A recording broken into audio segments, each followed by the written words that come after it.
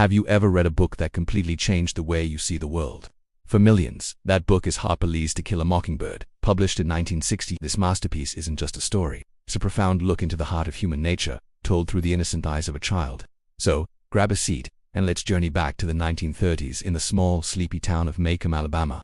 Our guide on this journey is Jean Louise Finch, but you'll know her better as Scout. She's a feisty, curious 6-year-old tomboy who lives with her older brother, Jem, and their widowed father, Atticus Finch. Atticus is a lawyer, and more than that, he's the moral compass of the entire story. He's a man of quiet integrity, deep wisdom, and unwavering principle. The story begins with the carefree adventures of a southern childhood. Scout, Jem, and their summer friend, Dill, spend their days lost in imagination, acting out stories and, most importantly, obsessing over their mysterious and reclusive neighbor, Arthur Boo Radley. The Radley place is a source of endless fascination and fear. Legends swirl around Boo, painting him as a monstrous figure who dines on squirrels and roams the night. The children's greatest ambition is to make Boo Radley come out. Their attempts are innocent at first, but they slowly start to realize that Boo might be more than just a ghost story.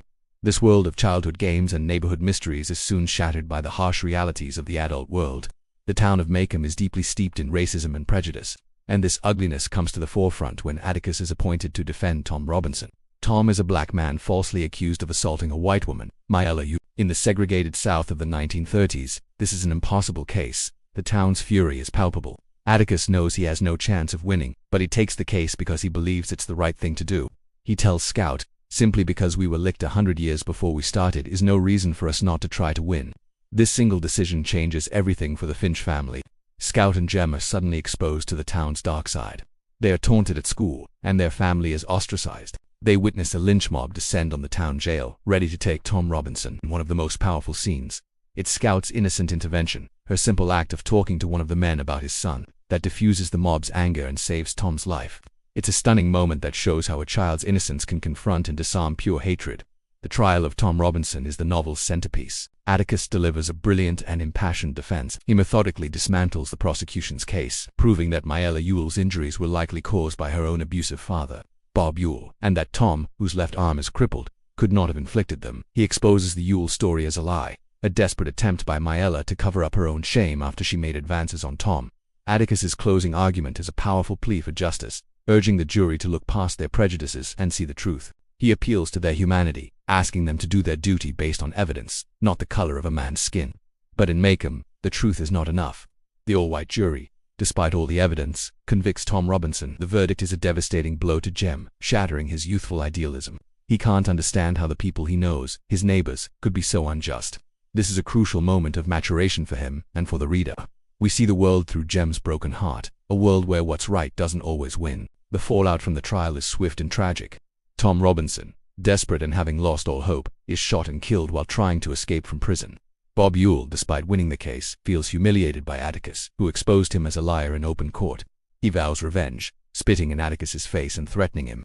Atticus, ever calm, simply absorbs the insult, hoping it will save the Yule children from another beating. The novel's two plotlines, the mystery of Boo Radley and the tragedy of Tom Robinson, finally converge on a dark, terrifying night. As Jem and Scout walk home from a Halloween pageant, they are viciously attacked by Bob Yule. In the struggle, Jem's arm is broken, and just as Yule is about to harm Scout, a mysterious figure intervenes. He fights off Yule and carries the injured Jem home.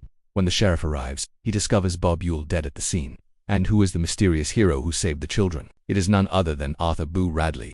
The monster from their childhood games turns out to be their silent guardian. The sheriff, Heck Tate, has a difficult decision to make.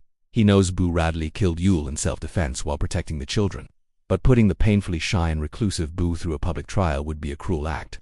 The sheriff wisely decides to report that Bob Yule fell on his own knife. He tells Atticus, "Let the dead bury the dead." He understands that exposing Boo to the public eye would be like killing a mockingbird. This brings us to the central metaphor of the novel. Early on, Atticus tells his children that it's a sin to kill a mockingbird because they don't do any harm. They just make music for us to enjoy. Mockingbirds symbolize innocence and goodness. Both Tom Robinson and Boo Radley are mockingbirds. Tom was a kind, hard-working man destroyed by racial hatred. Boo is a gentle soul, damaged by a cruel father, who wants only to be left alone but shows profound kindness when it matters most. In the final poignant scene, Scout walks Boo Radley home. Standing on his porch, she finally sees the world from his perspective. She looks out at her own house, the street, the neighborhood, and replays the events of the past few years through his eyes. This is the ultimate lesson Atticus has been trying to teach her. You never really understand a person until you consider things from his point of view, until you climb into his skin and walk around in it. So, what is the enduring lesson of To Kill a Mockingbird? It's a multi-layered masterpiece. On one level, it's a powerful indictment of racial injustice and prejudice. It exposes the systemic inequality that plagues society and challenges us to confront our own biases. But it's also a story about courage. Not the courage of a man with a gun, but moral courage. The courage to stand up for what's right, even when you know you will lose. Atticus Finch has become a timeless symbol of integrity, a father who teaches his children by example, not just with words. Furthermore, it's a profound story about empathy. It's about learning to see the humanity in everyone, even those who are different or misunderstood. It's about protecting the innocent, the mockingbirds of the world, and finding compassion in a world that can often be cruel. And finally, it's a story about growing up. It's about the loss of innocence and the difficult but necessary journey to understanding the complex, often contradictory nature of the adult world. We see Scout and Jem navigate this journey, and in doing so, we are reminded of our own. To Kill a Mockingbird remains so powerful because its themes are, sadly, still relevant today. It continues to ask us to look at our own communities, to question injustice, to act with courage, and to live with empathy. It teaches us that while the world contains ugliness and hate, it also contains goodness, bravery, and quiet heroes like Atticus Finch and Boo Radley.